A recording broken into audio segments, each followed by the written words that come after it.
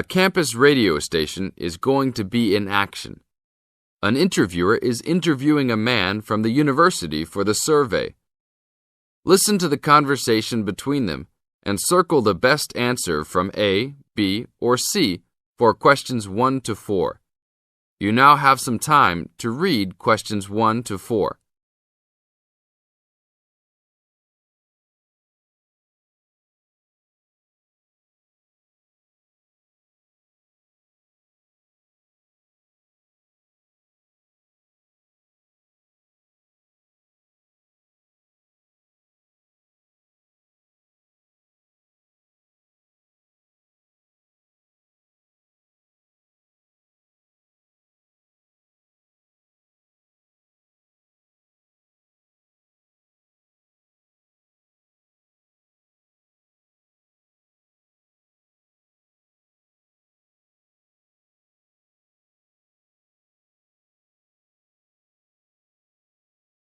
Now, we shall begin. You should answer the questions as you listen, because you will never hear the recording for the second time. Listen carefully and answer questions 1 to 4. Excuse me, I'm conducting a campus survey. Would you have time to answer a few questions?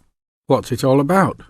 We're doing some market research for a new campus radio station starting in the next few months. That's okay. Sounds good. Great. I'll just work through this form with you. And if we could start with some personal background information? Sure. Right. If I could have your age, please. 26. Okay, good. And are you a student, teacher, or in another job?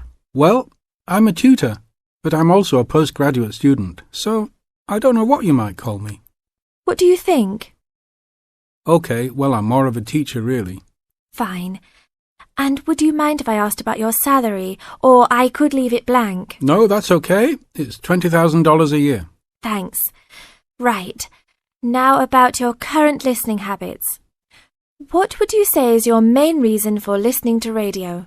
Well, I'm usually busy during the day at work, so I usually only listen to the radio at night. It helps me relax and unwind, even if I'm studying. Good. And how many hours a day on average do you listen to the radio? Well, not a lot really. I'd say just over an hour all told. Now you have some time to read questions 5 to 10.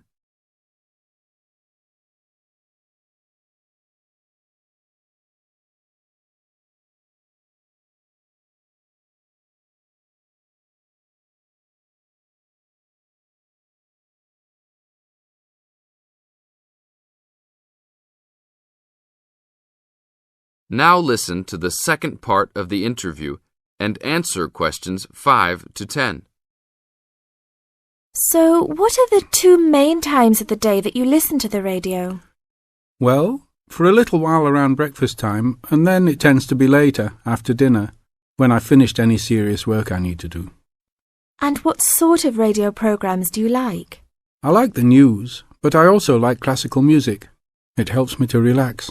Fine. And turning to the new campus station, which type of programs would you prefer? I think the existing radio stations cater for my need for news. So I'd like to see programs about local information, providing a service to the campus community.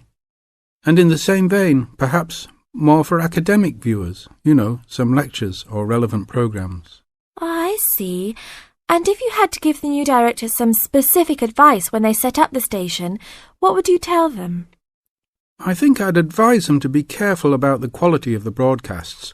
The sound system. There are a lot of radio stations and people can change their loyalty quickly if it doesn't meet their needs. I think they should do more of these kinds of interview too, talking with existing and potential customers. Oh, I'm pleased you think it's useful. Certainly, yeah. Good. Now, this station will not be fully funded by the university. So how often do you think it is tolerable to have adverts? I think, well, out of that list, I'd say every quarter of an hour. Of course, that's providing they don't last for 10 minutes each time. Oh, quite. And are you interested in attending any of the special promotions for the new station? Yes, I'd be happy to. as long as they're held on the campus or nearby. OK, I'll note that down. And finally, may we put you on our mailing list? Well, I prefer not, except for the information about the promotions you just mentioned. OK. Can I have your name and address? Of course. I have a card I can give you. Oh, great. And thanks a lot for your time, and we look forward to seeing you. Yeah, sure. Thanks. That is the end of part 1. You now have half a minute to check your answers.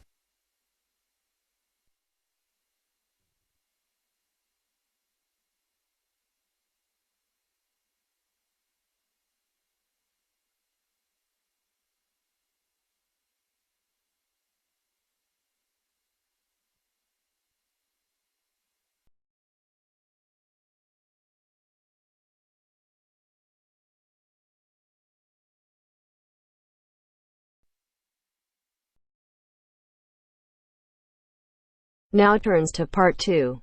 Part 2. You will hear a tour guide giving information about a shopping district. First, you have some time to look at questions 11 to 15.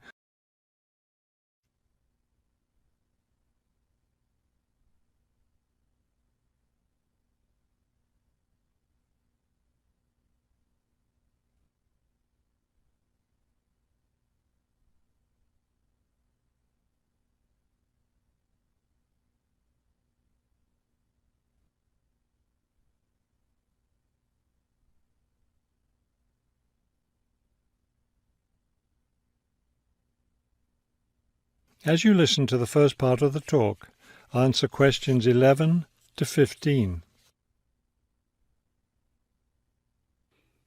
This afternoon, we'll visit the city's shopping district. Several blocks in the area are closed to car traffic, and I know you'll enjoy walking around there. I'd like to give you an overview of the district now, since you'll be on your own once we get there. You'll see on this map here that the shopping district consists of 2 streets, Pear Street, which runs north and south, and Cherry Street, which crosses Pear Street right here. Let's start our tour here on Pear Street, where the star is. This star marks the Harbor View Bookstore. It's very popular among locals as well as tourists. You can buy a range of books of local interest, as well as a variety of magazines and newspapers. It's directly across the street from the city library, which is also worth a visit. It's in one of the oldest buildings in the city and contains, among other things, an interesting collection of rare books. Now, moving up Pear from the bookstore toward Cherry, the next building on the left is the Pear Cafe. You'll notice it's right on the corner of Pear and Cherry Streets. It's a great place to relax while enjoying a delicious cup of coffee or tea. You can talk with friends or read quietly. They have a variety of books and magazines available. From the windows of the cafe, you can look right across Cherry Street for a lovely view of city gardens. It's a rather small garden, but it contains a variety of exotic plants and flowers. Let's leave the cafe and cross Pear Street. On the opposite corner, we're at Caldwell's Clothing Store, which you might also want to visit. They sell both men's and women's fashions from countries around the world. Continuing down Cherry Street, the next building on the right after Caldwell's is the souvenir shop. Stop in here to get maps and books about the local area, as well as T-shirts and postcards with pictures of the city. Now, we cross Cherry Street and we're at the Art Gallery, one building down from the corner. Here you can see, and of course purchase, many fine paintings and sculptures by local artists. Let's keep going down Cherry Street toward the harbor. On the left, right after the gallery, is Harbor Park. It's a lovely place, and it's certainly worth spending some time there. Before you hear the rest of the talk, you have some time to look at questions 16 to 20.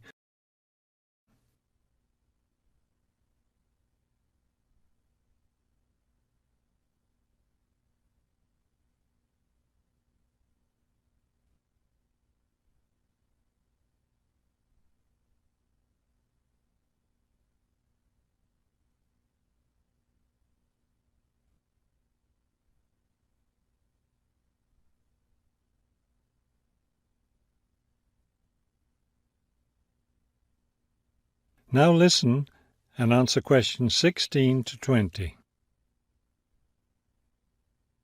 Harbor Park was built on land donated to the city by Captain Jones, a lifelong resident of this city. Captain Jones designed the park himself, and it was built in 1876. Exactly in the center of the park, a statue of Captain Jones was erected, and it's still standing there today. It shows Captain Jones on the bow of his ship. After viewing the statue, you can follow the path that goes through the woods just behind. It will lead you to a lovely garden, in the middle of which is a fountain. This is a nice place to enjoy a few quiet moments. If you still feel like walking, continue on to the far end of the garden. There, you'll find a wooden staircase, which will take you down to the harbor. You might enjoy the view of the boats from there. There's also a walking path along the water, which will eventually bring you back up to Cherry Street. You can see that there's plenty to do in this part of the city. The bus leaves at 1:30. That is the end of part 2. You now have half a minute to check your answers.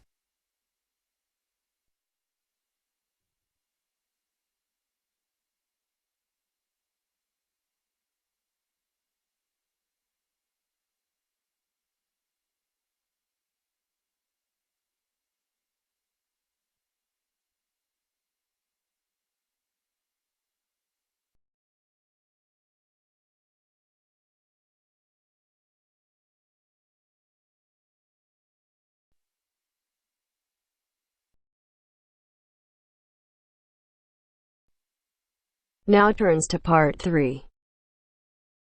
Part 3. I have with me today Matthew East, a registered osteopath and a supporter of alternative techniques in healthcare. Matthew, can you tell us more about osteopathy? First, you have some time to look at questions 21 to 26.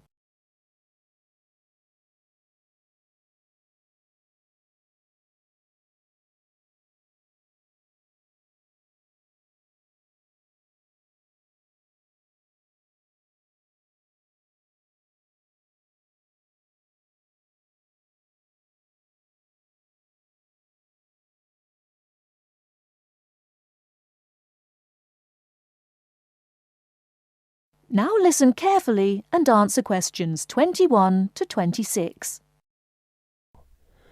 Over the past 50 years, there have been some radical changes in medicine as it is known in the West. This is largely the result of vast improvements in technology, but also in the rising importance of alternative treatments. I have with me today Matthew East, a registered osteopath and a supporter of alternative techniques in healthcare. Matthew, can you tell us more about osteopathy? Well, perhaps the first thing I should say is that the term alternative is actually a little misleading, as I am referring to approaches and attitudes to health that were in common use long before Western medicine was established. I prefer the term natural. Anyway, I'll begin by telling you a little about osteopathy. Basically, osteopathy is the manipulation of muscles in order to alleviate stresses and tensions that lead to pain. Now, unlike Western medicine, osteopathy considers the whole body, not just the affected area. And this is a very important principle of natural remedies. The whole body must be considered before a course of treatment can be decided upon. You see, the aim of therapies like osteopathy is not only to repair the body, but also to get the body treating itself. And this does not come from treating the symptoms. To give an example, I recently treated a 2-month-old baby who was screaming all day and was even worse at night. The couple had taken the baby to their doctor, but the only advice they were given was that the baby would grow out of it.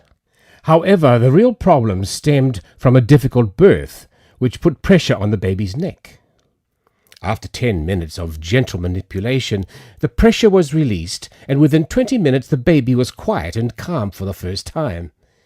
This was achieved without drugs or operations. Avoiding such invasive methods of treatment highlights another of the differences between Western medicine and a more natural approach. You see, Western medicine often uses surgery in order to find a solution to problems that could have been addressed with simple remedies. A medical approach that looks closely at how essential an operation is before it is performed would offer patients a considerably less stressful method of treatment, not to mention the financial savings. Natural remedies actually amount to about 10% of the cost of a Western course of treatment. Before you hear the rest of the talk, you have some time to look at questions 27 to 30.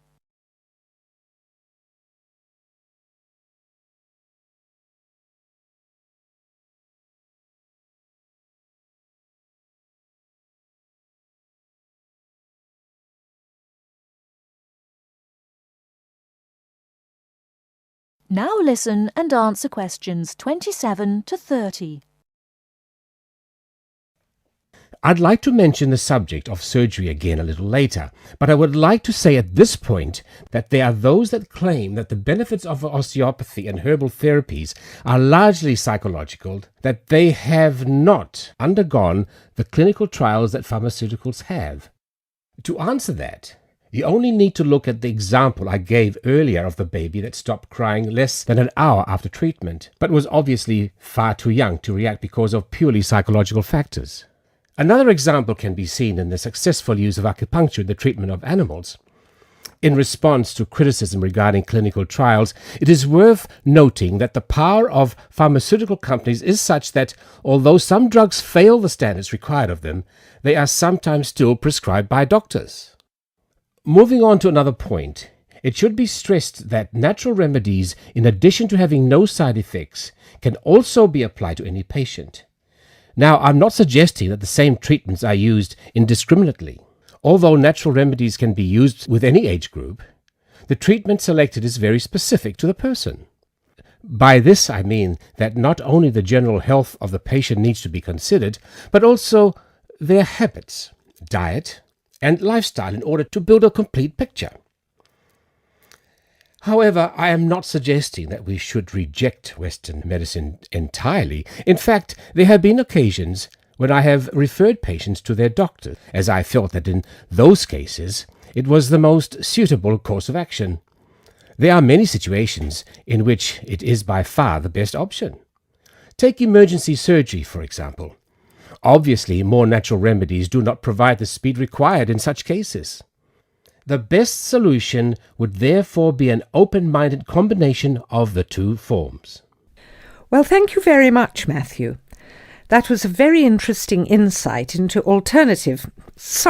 natural treatments.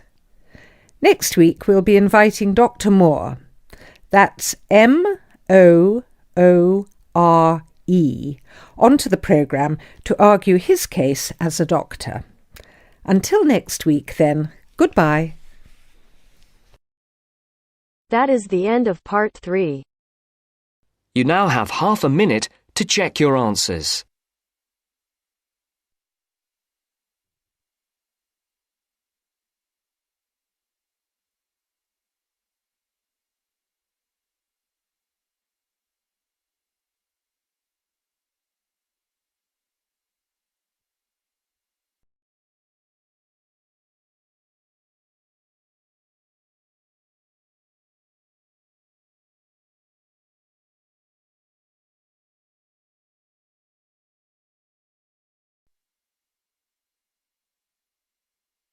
Now turns to Part 4. Part 4. You're going to hear a lecture on some useful information for your travelling around Britain. Listen to the first part of the lecture and complete the notes below. First, you have some time to look at questions 31 to 40.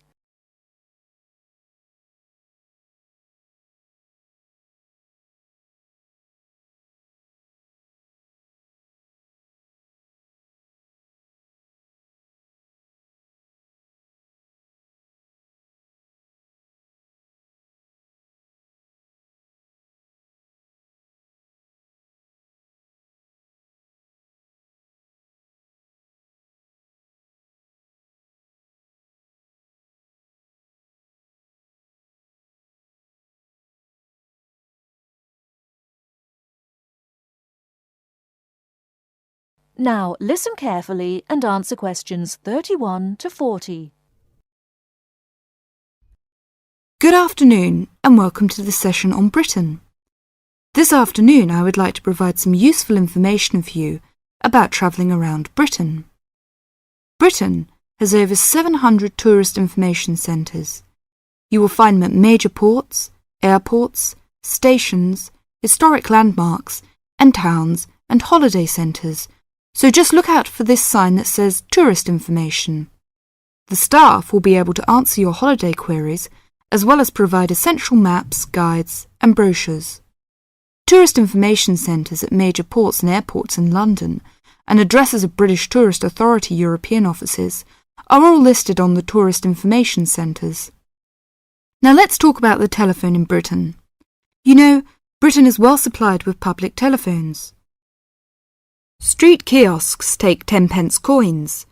In city centres, mainline railway stations, airports, and central London underground stations, payphones and card phones are in operation. For the latter, small plastic phone cards are used, and these come in 10, 20, 40, 100, and 200 units, and can be bought at post offices, news kiosks, station bars, and shops where the green and white card phone sign is displayed.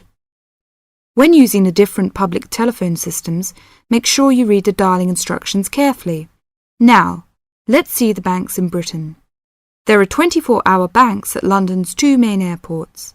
One is Heathrow and the other is Gatwick. Otherwise, banks are normally open from 9:30 to 15:30 hours, Monday to Friday. Barclays Bank and National Westminster Bank offer a Saturday morning service at some of their branches. National Jaro Bank has 42 bureaux de change located in post offices throughout the country in main tourist areas. Opening hours are 9 o'clock to 17:30 weekdays, 9 o'clock to 12:30 Saturday mornings. One exception to this is the Trafalgar Square office, whose opening hours are 8 o'clock to 20 o'clock weekdays and Saturdays, and 10 o'clock to 17 o'clock on Sundays. The bureau de change services are available to overseas visitors. Visitors can change their money there. You can also change money at bureau de change, large hotels, department stores and travel agents. Be sure to check in advance the rate of exchange and the commission charged, as these vary considerably. Wherever possible, you are advised to use a bank or bureau de change, which conforms to the BTA Code of Conduct. In most cases, this is indicated by display of the code. That is the end of Part 4. You now have half a minute to check your answers.